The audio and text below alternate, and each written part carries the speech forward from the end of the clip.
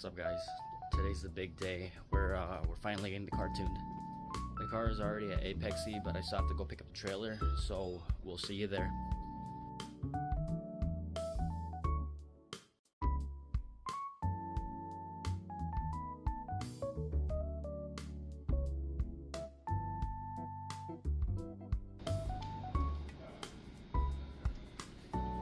Here a little bit early, so we're gonna help Jason set up the car, and once Danny gets here, the tuner, we're gonna let him do his thing and not try to bug him too much. I don't want to ask him too many questions because once he's in the zone, we want to just let him do his thing.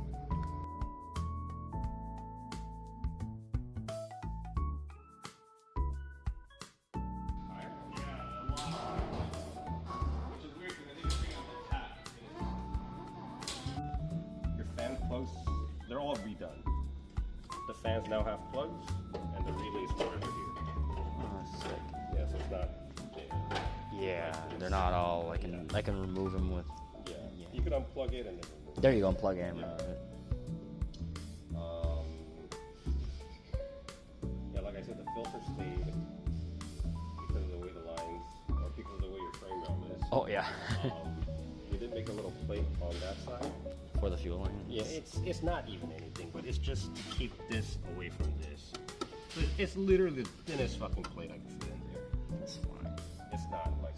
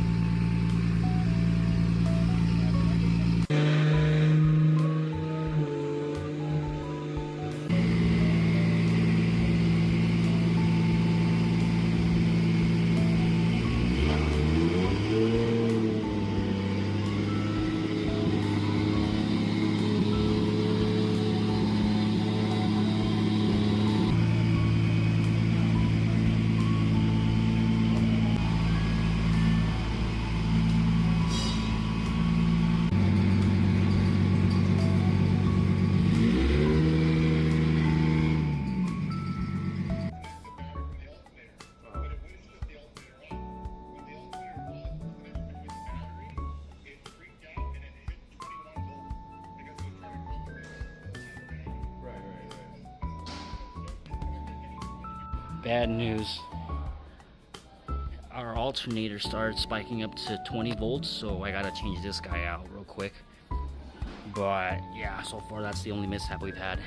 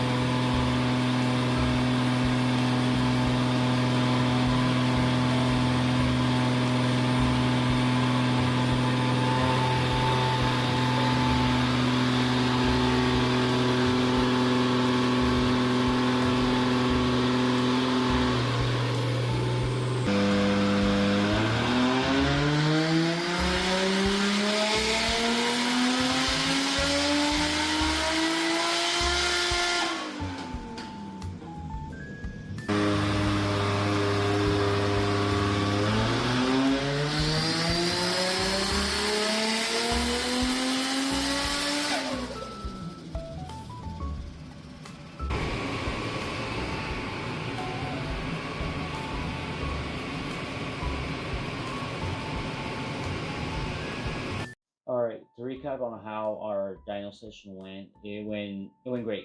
The only problem we had was my alternator was overcharging and putting out 20 volts, which was way too high. And luckily, we had a spare one that I swapped it out for. I took both to AutoZone to check if the spare one was good, and it passed. So I slapped it on, and it worked flawlessly after that. I didn't really have a goal when it came to power of what I wanted to make. I just wanted this thing to be more responsive, to have more wheel speed. So when I found out that the numbers weren't as high as they could have been, I was kind of bummed, but I'm still happy with how the car ran. After we finished and I got the car up on the trailer, I was debating on going to Apple Valley Speedway because there was an event going on. Shout out to Xenon because he let me drive even though his event was full. They were having a night event, so it went off, I believe, until 11 p.m. And by the time we left the Orange County area, it was like 7. So I'm like, man, do I drive up 2 hours just to drive for like 1 or 2 hours? And eventually I talked to my buddy and we're like, you know what, screw it, let's just go. Like, what better chance to test out a fresh new tune than a night event? So I went with no aero and only testing in mind, and I'm really glad I made the drive out because I got to find out a lot of things that I wouldn't have been able to know if I just was doing street pulls or just casual street driving. The car is definitely faster. It is laggier a little bit in the lower RPM ranges. If you guys know anything about 1Js, VVTI specifically, they're very torquey. You can be at the low RPMs and give a little clutch kick, and that thing just whips out. That torquiness has gone away a little bit, but it makes up for it because once you get the RPMs built up, man, that thing just shoots to the moon, and this thing feels like a rocket ship, and I love it. But I do have to relearn this car because my previous driving style was very clutch kick heavy, and now I need to make sure that I get my wheel speed up first before I give it clutch kick and sort of dive into the turn before I clutch kick versus just relying on the torque to get me going.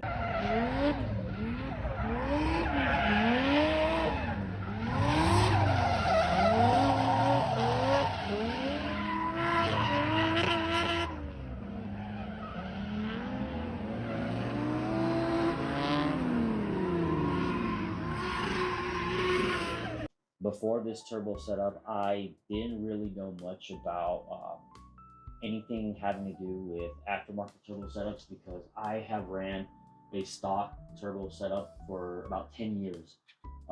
For when I was SR, I just had a stock T28 and upped the boost a little bit, and I was running the stock single on the 1J VVTI for about 6 years. So it wasn't until a year ago that I really started doing all my research. But honestly, Jason Kim from Rival Autoworks was the biggest help when it came to this project because he knows my driving style, he knows my budget, and he helped me put together a game plan of what to get and why I should get it. And I learned a lot from this. So for the next time, I will probably be doing the same setup with my JZX81 Mark II. Right now, that thing is still, it has a 1J not VVTI, but it still has the stock twins, and they're very laggy, and I really don't like taking it out drifting because it's the lagginess in part with the weight and the length of the car. It's really tough to get it to kick out.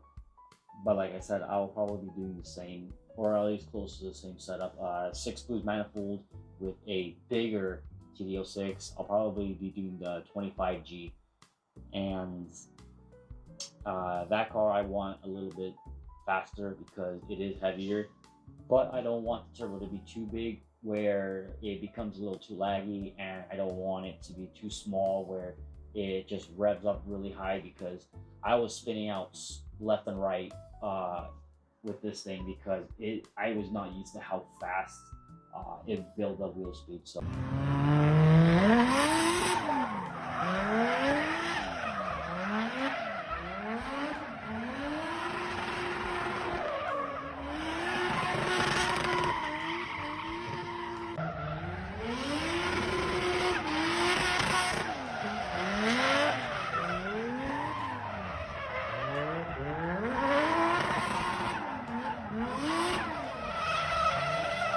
But I'm more than happy with how everything turned out and how the car drives. Like I said, I've been running a stock turbo setup with both my 1J and my SR for over 10 years. So it's super cool to see this thing with a top mount. The only problem that I really ran into on that test day was my power steering might be going out. I don't know. I hear it whining and I keep adding fluid. I have raised the wheels, I've bled the rack, and it does not stop whining. So that's fine. I have a spare one that I can swap that in for. That's not a big deal. And also I got to swap out my spare to my rear wheels because one of them debeaded. But overall, I freaking love this thing, and I can't wait to do more events. Not for a while though, because it did hurt my wallet a little bit. So yeah, if you made it this far, I appreciate you guys sticking around, and we'll see you in the next one.